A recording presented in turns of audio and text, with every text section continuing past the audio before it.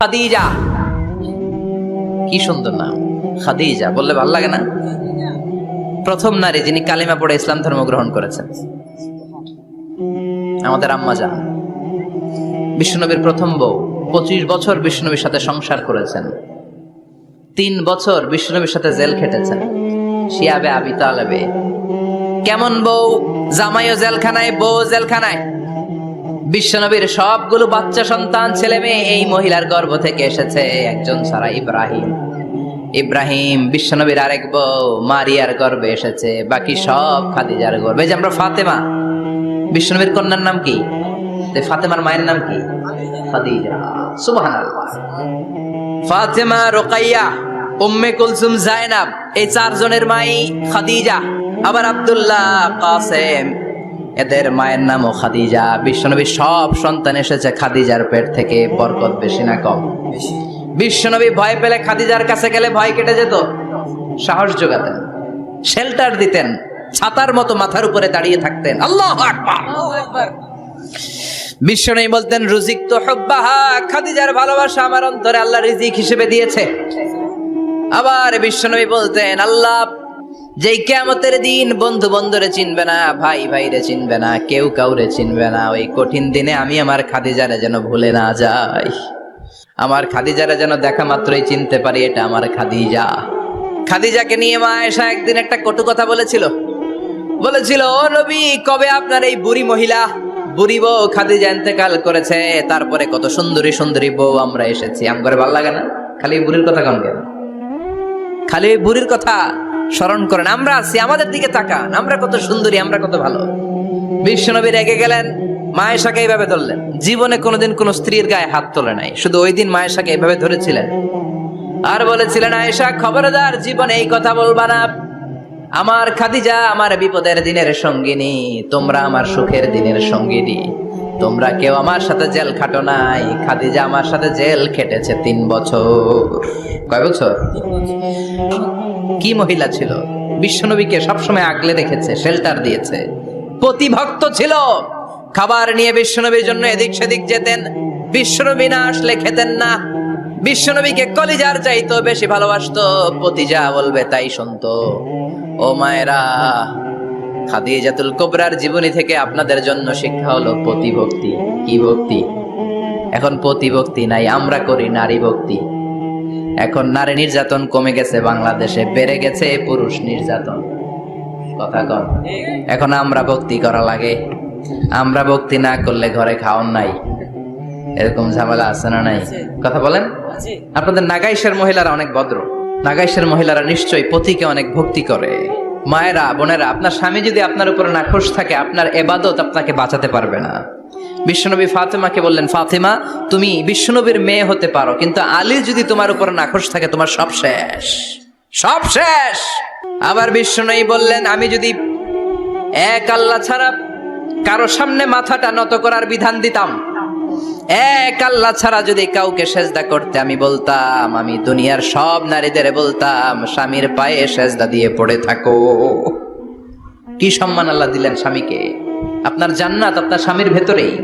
স্বামীকে সন্তুষ্ট করেন, স্বামীর আনুগত্য করেন, দেখবেন ফ্যামিলিটা সুন্দর হবে। আর স্বামীরা স্ত্রীদেরকে ভালোবাসেন, স্ত্রীদেরকে ভালোবাসার গল্প শোনাবেন, দামি দামি শাড়ি কিনে দিবেন, তার স্ত্রীর সাথে প্রেম নিবেদন করেন, ভালোবাসা নিবেদন করেন, সংসারটারে শান্তিপূর্ণ করে দিবে কে? তার মানে খাদিজাতুল কুবরার জীবনী থেকে শিক্ষা কি? ভুলে গেছি। কি শিক্ষা? প্রতিভক্তি। যে কোনো কাজ করো না ভাই, যে কোনো কাজ করো, তা যেন হয় সবার চেয়ে সবচেয়ে সুন্দর। হোক না সেটা পড়ালেখা, রঙের ভাষায় ছবি আঁকা, হোক না সেটা পড়ালেখা, রঙের ভাষায় ছবি আঁকা, হোক না সেটা সামান্য কাজ কিংবা মহত্তর, তা যেন হয় সবার চেয়ে সবচেয়ে সুন্দর। যে কোনো কাজ করো না ভাই, যে কোনো কাজ করো, তা যেন হয় সবার চেয়ে সবচেয়ে সুন্দর। ঠিক কিনা? যেটাই করি না কেন ভালোভাবে করবো। Never under estimate any job. The young society of Noakhali district. কোনো কাজে ছোট মনে করবা না, whether it's the small or big. ছোট হোক আর বড় হোক, কাজ কাজই। কাজে কোনো লজ্জা নাই, কাজে কোনো শরম নাই। শরম আর লজ্জা হচ্ছে হীনমন্যতায় আর অলসতায়, ঠিক কিনা? এজন্য কাজ করতে হবে। নেতা হওয়ার প্রথম শর্ত আমরা পেলাম, কাজ দিয়ে নেতা তার নেতৃত্বের প্রমাণ দিবে, বক্তব্য দিয়ে নয়। তাহলে বোঝা গেল আগে কাজ পরে নেতা। বিশ্বনবী আগে কাজ শুরু করছেন, নেতৃত্ব পেয়েছেন পরে, ঠিক কিনা?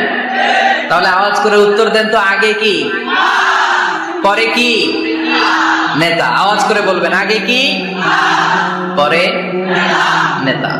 তাহলে 1 নম্বর পয়েন্টে আমরা জানলাম কাজ করতে হবে।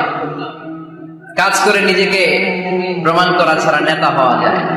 নেতার 2 নম্বর গুণাবলী হচ্ছে the leader should overcome all challenges and trials. নেতাকে সব চ্যালেঞ্জ আর বাধা বিপত্তি পরীক্ষা এগুলো মোকাবেলা করতে জানতে হয়। নেতা দুর্বল চিত্তের লোক হলে ওই লোক নেতা হতে পারে না। কথা বলেন না কেন? পারে? নেতা যদি রক্ত দেখে ভয় পায়, এটা নেতা না খেতা? হ্যাঁ, সাহসী হতে হয় নেতাকে। বাধা বিপত্তি পরীক্ষার পাহাড়কে ডিঙিয়ে নেতাকে সামনে চলে যেতে হয়।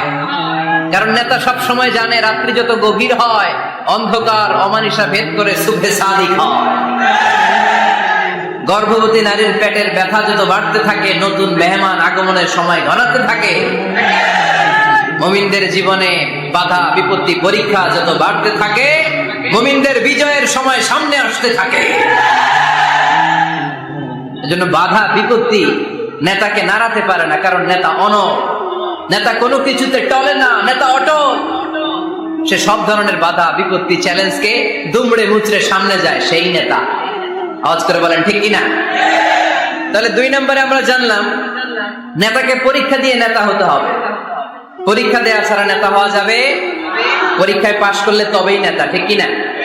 এই কোরআন আমাদেরকে তাই জানিয়েছে। সাইয়েদনা ইব্রাহিম আলাইহিস সালামকে আল্লাহ বললেন, ইব্রাহিম তোমাকে অনেকগুলো বিষয় আমি পরীক্ষা করব, যদি পরীক্ষায় পাশ করতে পারো তাহলে তুমি নেতা। তাহলে তুমি কি? وَإِذِ ابْتَلَى إِبْرَاهِيمَ رَبُّهُ بِكَلِمَاتٍ فَأَتَمَّهُنَّ قَالَ إِنِّي جَاعِلُكَ لِلنَّاسِ إِمَامًا। সুবহানাল্লাহ পড়েন। আল্লাহ বললেন, ইব্রাহিম অনেকগুলো বিষয় আমি তোমারে পরীক্ষা করব। সাইয়েদনা ইব্রাহিম সবগুলো পরীক্ষায় উত্তীর্ণ হলেন। ফলস্বরূপ খুশি হয়ে আল্লাহ বললেন, ইব্রাহিম আমি তোমারে গোটা বিশ্বের সবার জন্য নেতা বানায়া দিলাম। আল্লাহ puts Ibrahim in some trials and he successfully overcome all the trials he faced. Allah said, Ibrahim, I'm gonna make you the leader. Ibrahim 5টা পরীক্ষা নিয়েছি তোমার জীবনে, বড় বড় পরীক্ষা, অগ্নি পরীক্ষা। সবগুলো পরীক্ষায় যেহেতু তুমি গোল্ডেন এ প্লাস, তোমারে আমি রেজাল্ট স্বরূপ নেতা বানাই দিলাম। সুবহানাল্লাহ কইতে বললেন না? তাহলে নেতা হতে হলে পরীক্ষায় পাশ করা লাগে। বিপদ আপদ বাধা বিপত্তিকে দুমড়ে মুচড়ে পাহাড় সম বাধাকে থোড়াই কেয়ার করে নেতা সামনে চলে যায়, তিনি আমাদের নেতা। চিল্লায় বলেন ঠিক কিনা? তাহলে দ্বিতীয় পয়েন্টের আলোকে আমরা যদি আল্লাহর হাবিব সাল্লাল্লাহু আলাইহি ওয়াসাল্লামের জীবনীটা একটু ক্রস চেক করি, একটু ডাবল চেক করি, তাহলে দেখবো যে আল্লাহ রাসূল সাল্লাল্লাহু আলাইহি ওয়াসাল্লামের জীবনী যদি আমরা পড়ি, আমরা দেখবো যে ওনার জীবনীতে, ওনার জীবনে পরীক্ষা বাধা বিপত্তি এগুলো ছিল কি ছিল না? ছিল। কম না বেশি? এমন কোন আযাব অত্যাচার জুলুম নির্যাতন নাই যেটা আমার নবী সহ্য করে নাই, ঠিক কিনা? যখনই কোরআনের তাফসীর করতো তখনই হাততালি শুরু হয়ে যেত। যখনই কোরআন তেলাওয়াত করতেন তখনই শীষ দিয়ে ডিস্টার্ব করা শুরু হয়ে যেত। যখনই নামাজে দাঁড়াতেন ওটের পচা নারী বুড়ি আমার নবীর ঘাড়ের উপরে চাপিয়ে দেওয়া হতো। এখনো দেয়? সিস্টেম একই, ভার্সন পাল্টায়। The system is same but the version is different, ঠিক কিনা? ওই সময় গালি দিত, এখনো গালি দেয়, আছে না নাই? ওই সময় আমার নবীরে গালি দিত পাগল, গালি দিত কবি, বলে দিত গণক, বলতো লেস কাটা। এখনো গালি আছে না নাই? কি গালি দেয়? রাজাকার। হ্যাঁ, রাজাকারের লিস্ট নিয়েও কিলাকিলি দেশে আছে না নাই? তো গালি আছে, এখনো আছে, এখনো দেয়। তবে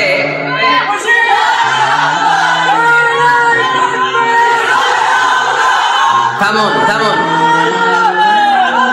গালি তখনও ছিল, এখনো আছে, গালির ভার্সনটা একটু ডিফারেন্ট, ঠিক কিনা? তাই গালি শুনে কি মুমিন থমকে যাবে? থমকে যাবে মুমিন? নেতা সব বাধা বিপত্তি মাড়ি এসে সামনে যায়, তিনি নেতা। যার জ্বলন্ত প্রমাণ আমার প্রিয় নবী মক্কা থেকে 80 কিলোমিটার দূরে তায়েফের ময়দানে গেলেন জমি কেনার জন্য, তাই না? হ্যাঁ, তায়েফের ময়দানে 5 বিঘা জমি কেনার জন্য গেছিলেন আল্লাহর নবী। কি জন্য গেছিলেন? কি জন্য? তায়েফের লোকদেরকে জাহান্নামের মাইর থেকে বাঁচানোর জন্য। জোরে বলেন ঠিক কিনা? খেয়ে না খেয়ে দিন প্রচারের কাজে নিজেকে দিয়েছ বিলিয়ে, তায়েফের কাফিরেরা চিনল না সে আলো, দুষ্ট ছেলেদের পিছু দিল লেলিয়ে, পাথরের আঘাতে ক্ষত বিক্ষত হয়ে সারা শরীর থেকে রক্ত ঝরে। এ রাসূল তোমাকে ভুলি আমি কেমন করে, এ রাসূল তোমাকে ভুলি আমি কেমন করে। ঠিক না? এত সুন্দর মানুষ পৃথিবীতে দ্বিতীয়টা খুঁজে পাওয়া যাবে না। এত সুশ্রী, এত শুভ্র, এত সুন্দর স্কিনের মানুষ ছিলেন আমার প্রিয় নবী, ঠিক কিনা? পাথর মেরে মেরে রক্তাক্ত করা হয়েছে, এমন কোন আযাব আর অত্যাচার নাই যেটা বিশ্বনবী সহ্য করেন নাই। মক্কায় 3 বছর শিয়াবে আবি তালেবে জেল খেটেছেন, অর্থনৈতিক আগ্রাসন, কোনো কিছু বিক্রি করতো না মক্কার লোকেরা ওনাদের কাছে। অন্য গোত্রের নারীকে বিয়ে দিত না ওনাদের সাথে। না খেয়ে গাছের পাতা, গাছের ছাল, এগুলো খেয়ে জীবন ধারণ করেছেন সাহাবারা। নিজ জন্মভূমিতেও থাকতে দেয় নাই, ঠিক কিনা? তাড়িয়ে দেয়া হলো, স্বদেশ থেকে বিতাড়িত করা হলো। আল্লাহর হাবিব সাল্লাল্লাহু আলাইহি ওয়াসাল্লাম মক্কা নগরীকে বড্ড পছন্দ করতেন। মদিনায় যাওয়ার সময় তিনি মক্কার দিকে ফিরে ফিরে তাকান আর কাঁদেন আর বলেন, মক্কা তো হাব্বুল বিলাদ ইলাইয়া, মক্কা হচ্ছে আমার সবচাইতে প্রিয় শহর। লাউলা উখরিজতু লামা খারাজতু মিনহা, আমার যদি জোর করে মক্কা থেকে তাড়িয়ে দেয়া না হতো, আমার জীবনেও মক্কা ছেড়ে আমি কোথাও যেতাম না, কোথাও যেতাম না। তাড়িয়ে দেয়া, মদিনায় যেও শান্তি নাই, ওখানে ষড়যন্ত্র কেমন করে এই নবী মুহাম্মদকে মারা যায়। খাইবারের এক ইহুদি নারী বিশ্বনবীকে দাওয়াত করেছিল, দাওয়াত পেলে বিশ্বনবী ফিরিয়ে দিতেন না। ওই দাওয়াত খেতে যাওয়ার পরে বিশ্বনবী খাসির বাজুর রান পছন্দ করতেন, খাসির গোশতের মধ্যে বিষ মিশিয়ে দেয়া হতো। বিশ্বনবী বিষে আসক্ত হয়ে, বিষে বিষাক্ত হয়ে শেষ নিঃশ্বাস ত্যাগ করেছেন। বিশ্বনবী ইন্তেকালের আগে বলেছেন যে খাইবারের ওই বিষের ব্যথা আমি এখনো টের পাচ্ছি। আমার নবীর মৃত্যু ছিল শহীদি মৃত্যু, চিল্লায় বলেন ঠিক কিনা? ইহুদিদের মিত্র লাবিদ ইবনুল আ'সাম বিশ্বনবীকে ব্ল্যাক ম্যাজিক করেছে, জাদু টোনা। 6 মাস আমার নবী অসুস্থ ছিল। আযাব, অত্যাচার, বাধা, বিপত্তির এমন কোন ধরন নাই, এমন কোন ভার্সন নাই যেটা আমার নবী সহ্য করে নাই, ঠিক কিনা? তাহলে নেতা হতে হলে দৃঢ় মনোবলের হতে হবে। দুর্বল চিত্তের লোক কখনো নেতা হতে পারে না। আপনি যদি নেতা হতে চান, আপনাকে পাহাড় সম বাধা বিপত্তিকে ডিঙিয়ে সামনে যাওয়ার প্ল্যান প্রোগ্রাম আগে থেকেই করে রাখতে হবে, ঠিক কিনা? তাহলে আপনি নেতা। Leader should overcome all the challenges and trials he face in his life. তার জীবনে যত বাধা আসবে, যত বিপত্তি আসবে, সব মারিয়ে তাকে সামনে যেতে হবে, তাহলেই তিনি নেতা। তাহলে প্রথম পয়েন্টে আমরা জানলাম নেতা হবেন তিনি যিনি কাজে বিশ্বাসী, কথায় নয়। দ্বিতীয় পয়েন্টে আমরা জানলাম নেতা বিপদ দেখে ভয় পায় না। বিপদ দেখে ভয় পাইলে এটা নেতা। টায়ার পাংচার হইলে, সাইকেলের টায়ার পাংচার হইলে যদি লাভ দেয়, এটা কি নেতা? হ্যাঁ, বরং গ্রেনেড হামলা হলে দৌড়ে সেখানে যে দেখবে আমার কোন কর্মী সেখানে মারা গেল কিনা। এ হচ্ছে নেতা। He is the true leader, he is the charismatic leader. ট্রাকের টায়ার পাংচার হইলে লাভ দিলে এটা তো নেতা না। নেতাকে দৌড়ে যেতে হবে, সমস্যার গোড়া বের করতে হবে, বাধা বিপত্তিকে থোড়াই কেয়ার করবে নেতা, সেই আসল নেতা, ঠিক কিনা? দুইটা পয়েন্ট কি বুঝতে পারছেন আপনারা? মনোযোগ আছে না গেছে? কষ্ট হচ্ছে? শেষ করে দিব? শুনবেন আরো কিছু সময়? কখন আসছেন আপনারা?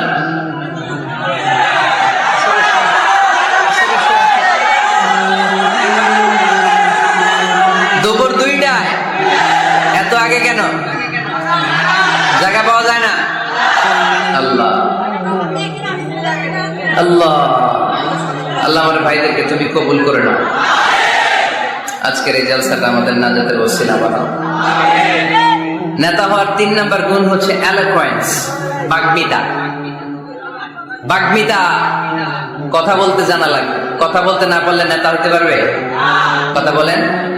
নেতা হইলে ভাষণ দিতে জানা লাগে। নেতা যদি মাইক ধরার পরে হাঁটু কাঁপে, এটা কি নেতা? এটা কি?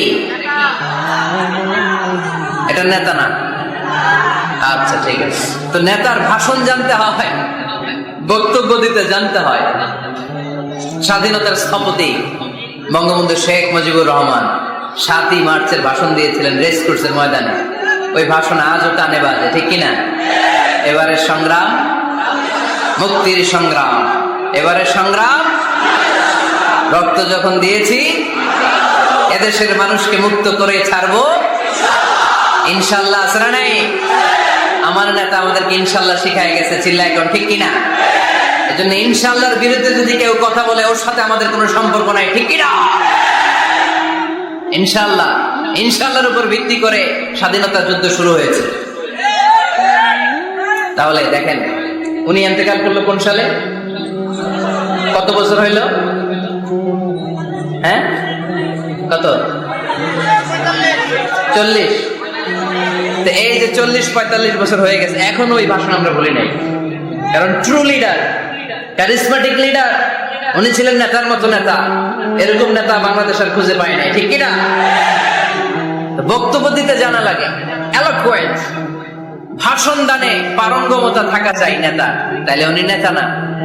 বারাক ওবামা বলতেন hello Chicago, hello America.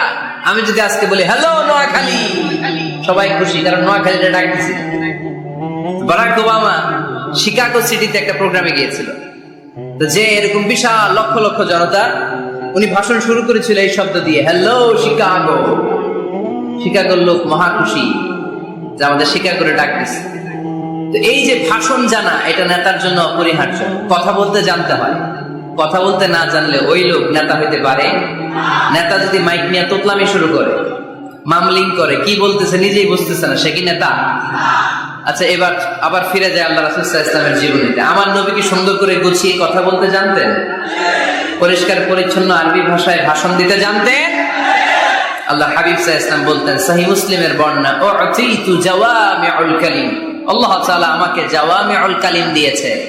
জাওয়ামিউল Kalim মানে কথা কম, অর্থ বেশি, বুঝায় বেশি। সুবহানাল্লাহ পড়বেন না? Precise in wording, comprehensive in meaning. কথা বলতেন কম, খেয়াল করে শুনেন। আমার নবী কথা বলতেন কম, কিন্তু এই কথার আবেদন থাকতো বেশি। আমার নবী কথা বলতেন কম, এটার impact in the heart of the listener, শ্রোতাদের হৃদয়ে এটার প্রভাব, এটার ইনফ্লুয়েন্স থাকতো অনেক বেশি। কথা বলতেন অল্প শব্দ দিয়ে, কিন্তু এটার ব্যাখ্যা লিখে লিখে, ভলিউমের পর ভলিউম লিখে বিশ্বনবীর কথার শুরু হাত ব্যাখ্যা লিখে শেষ করা যায় না। চিল্লায় পড়েন সুবহানাল্লাহ। আবার আম্মা জান আয়েশা রাদিয়াল্লাহু তাআলা আনহা বলতেন, أن النبي صلى الله عليه وسلم إذا تكلم بكلمة لو عده العاد لأحصاه।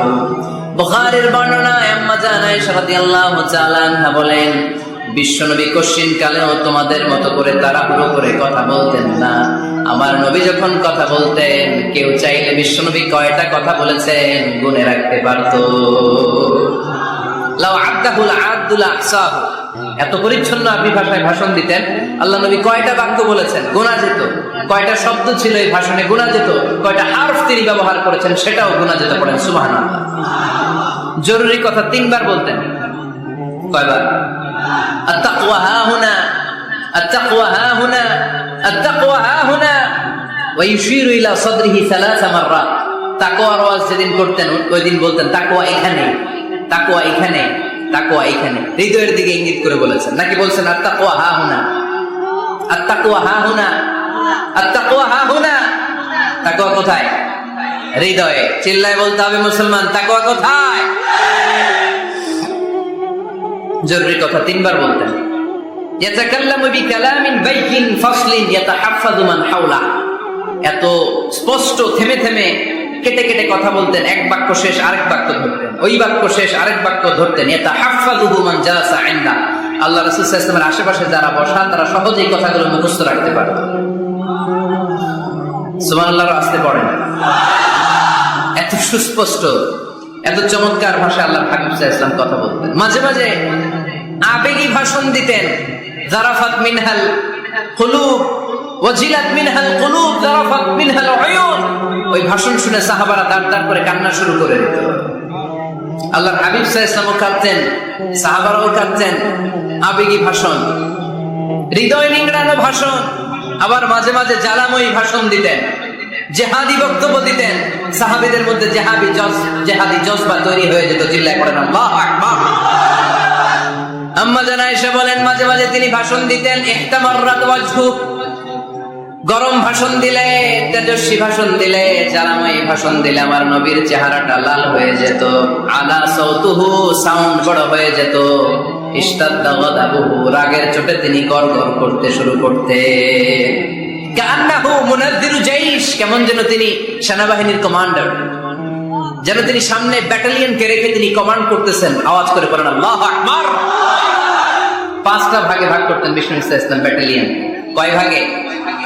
5 ভাগে। সামনে থাকতো মুকাদ্দিমাতুল জাইশ, ফ্রন্ট সাইড। ডানে থাকতো মাইমানা, বায়ে থাকতো মাইসারা, মাঝখানে কলব, পেছনে খালফ। পড়েন সুবহানাল্লাহ।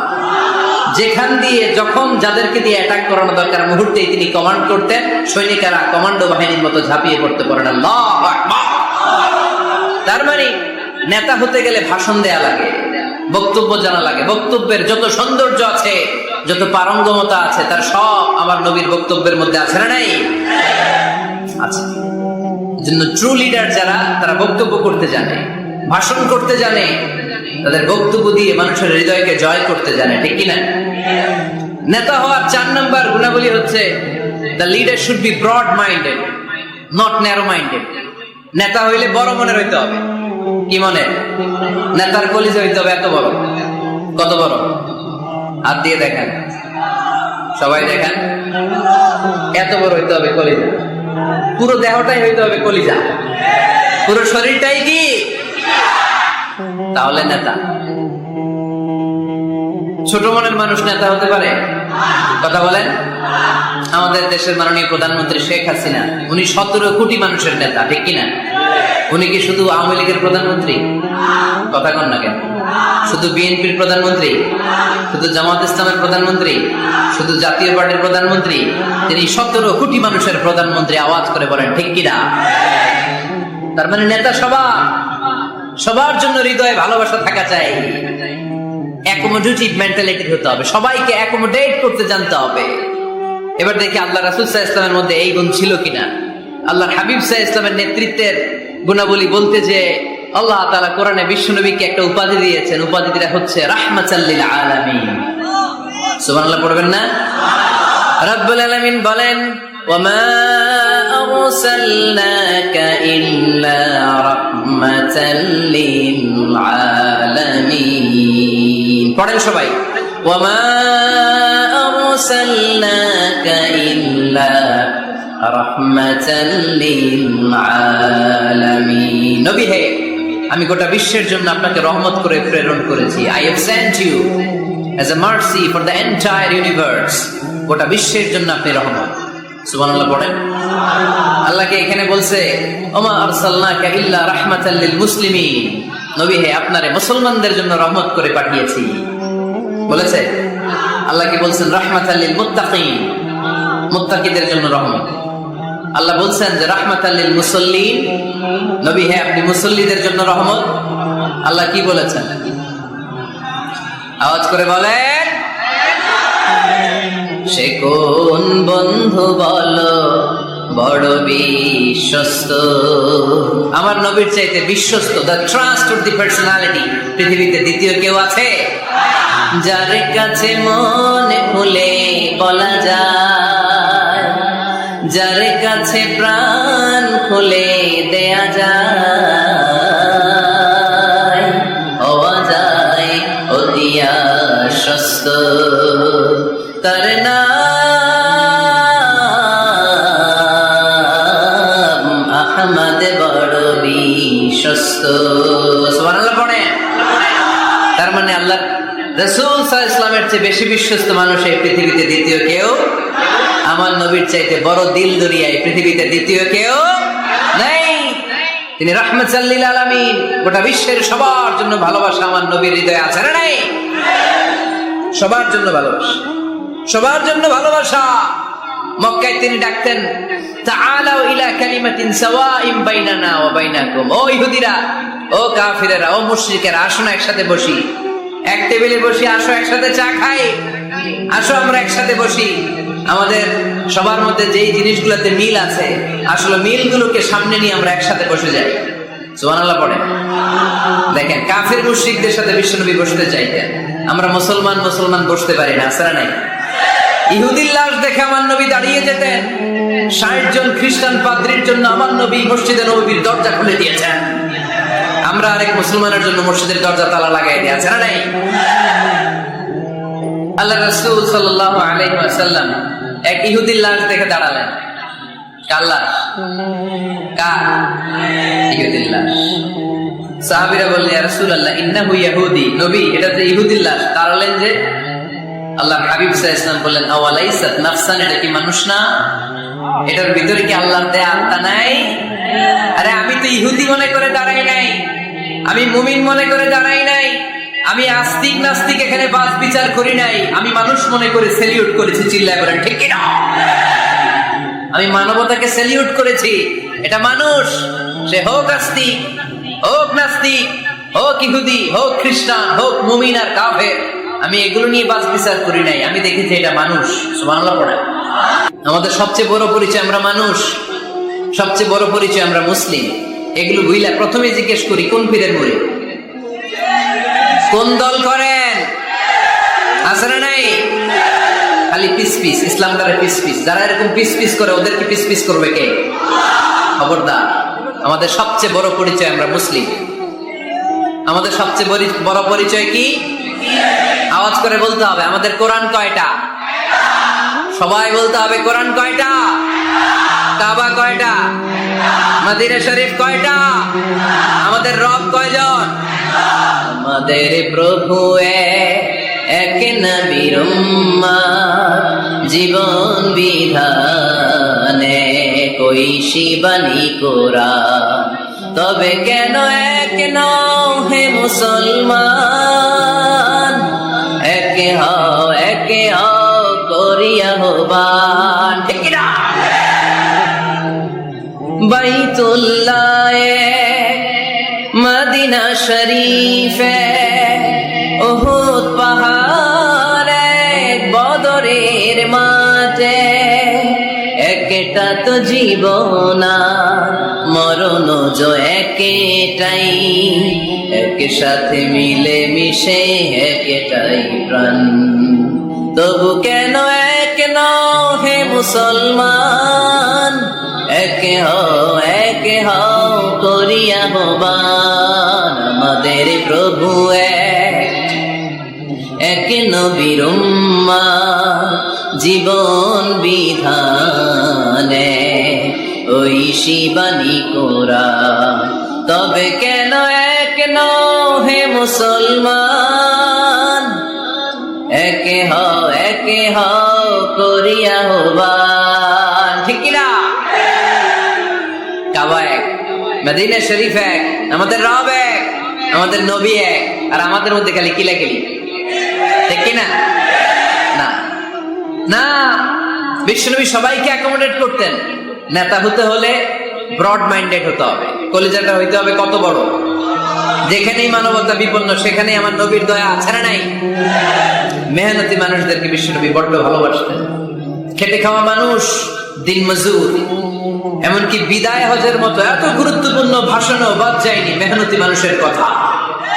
আমার নবী বলেছেন, আরিকাকুম আতঈমুহুম মিম্মা তাকুলুন ওয়াকসুহুম মিম্মা তালবিসুন।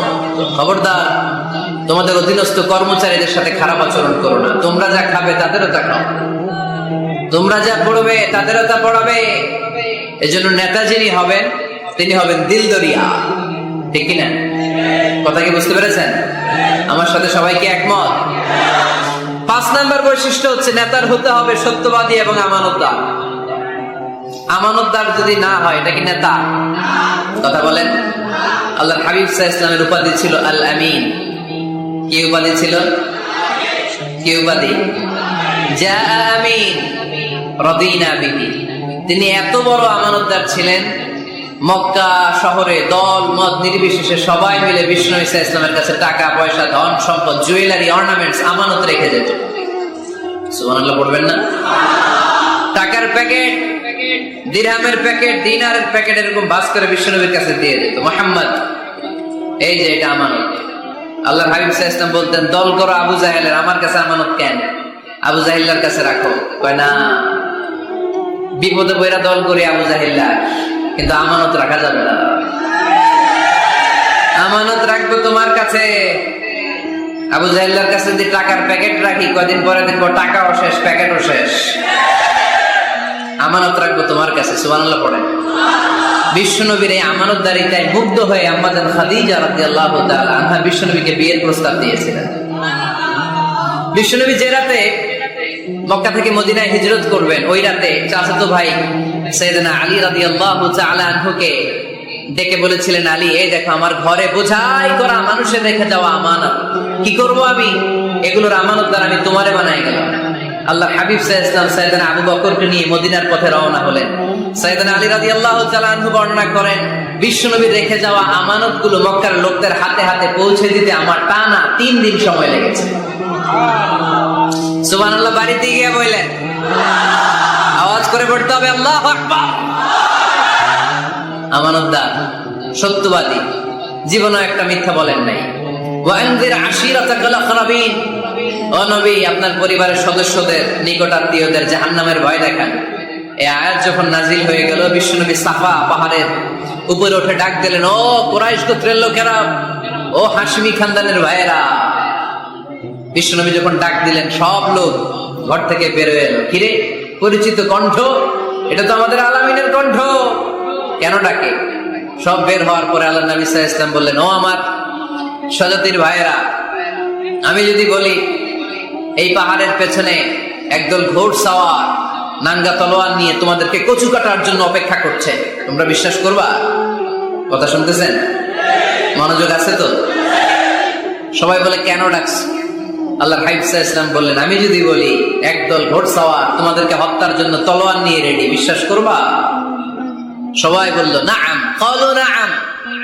কত ওজনওয়ালা আনসার দিতে, খেয়াল করেন। ক্বালু নাআম, সবাই বলল, হ্যাঁ বিশ্বাস করব। কারণ মা জাররাবনা আলাইকা ইল্লা সিদকা, আমাদের পুরো জিন্দেগিতে তোমার থেকে আমরা একটা মিথ্যাও শুনি নাই, সত্য ছাড়া। We have never ever experienced a single lie from you in our life.